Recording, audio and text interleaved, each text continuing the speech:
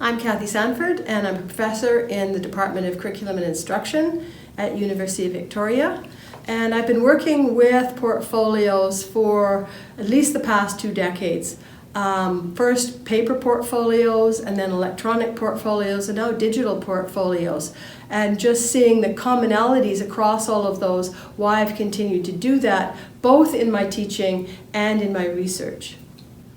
I think digital portfolios are really important to support learners today in our really complex society. We need to understand learning as different for every student and as an iterative process. So rather than it being linear from building blocks that build on each other, we have to return to the learning that we have done previously.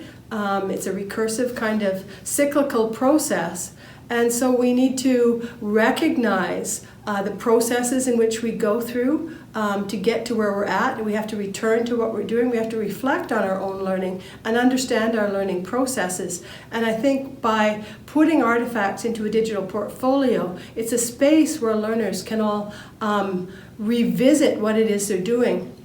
I think sometimes we get really surprised by the work that we have done in the past. It sort of buoys us up. It helps us understand that we are doing good learning and moves us forward into ways that continue to interest and excite us. And I think it also gives us an insight into our own identities. When we look at the work that we have done that appears in digital portfolios, when we return to it, we can see connections across what it is we're doing. It brings to us the passions that we have for our learning. It's something that gives us confidence, and then we can share with other learners as well what it is we're doing and create a broader, more complex and richer environment in which all of us can learn. Digital portfolios offer collective understandings. They offer opportunities to be able to see an artifact or a product of work in relation to other pieces of work, other learning that's happened before or that's learning alongside of. And to be able to make those connections just by virtue of the fact that they're actually there together in the same kind of space. So the digital portfolio enables those kinds of spaces to be created so that they can see how things are connecting and how they're building on each other.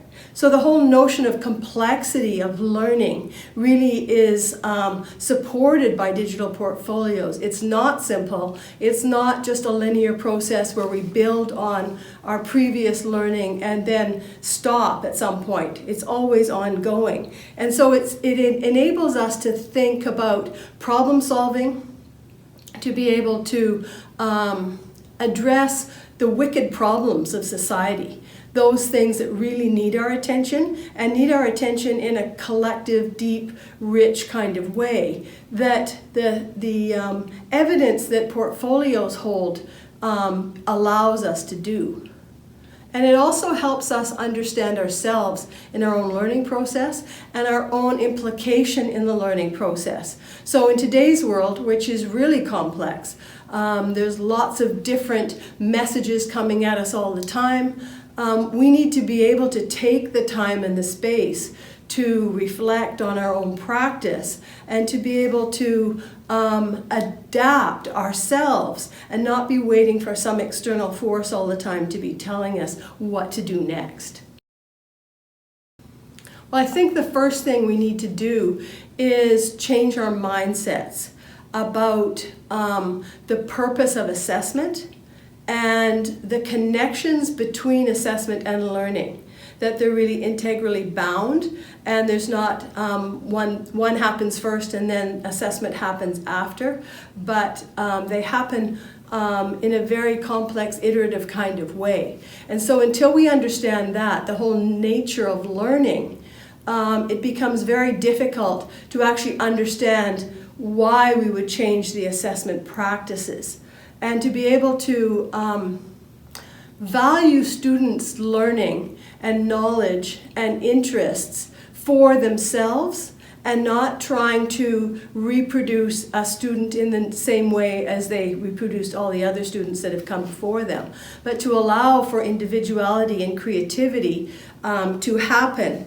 So in order to be able to embrace digital portfolios as an assessment tool, we need to value our students, trust that they are learning and that they're willing to learn, and also understand the purpose of assessment in the bigger picture of education.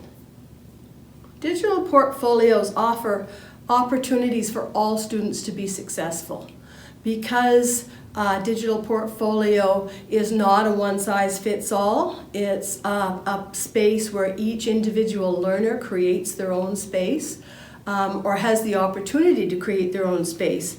And it's important that they are all able to access the pathways that they need to be able to be successful in their own minds and in the minds of society as they move through schooling. So when we talk about the need to be inclusive, we really need to find ways that are not just about testing and about measuring each other against each other. It's not a competitive process. Learning has to happen for all of us, and I think digital portfolios allow everybody's strengths to be recognized and developed and seen in a collective. So my strengths are different from your strengths. Together we're much stronger than we are trying to do these difficult tasks all by ourselves.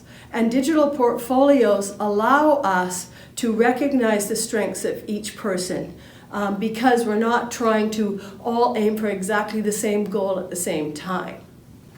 So digital portfolios allow everybody to be successful. I think that's a really critical component of this in ways that traditional forms of assessment do not. They allow everybody's strengths to appear and everybody to build and develop their strengths. It transcends language issues. It transcends the need to be able to write in a coherent kind of way. There's lots of different ways in which people can represent their learning and share their learning. And I think that ability to represent work in diverse kinds of ways adds to the power of portfolios to be able to support learning that happens in different kinds of ways and moves us all forward into being able to be responsive and responsible citizens that can contribute to societies.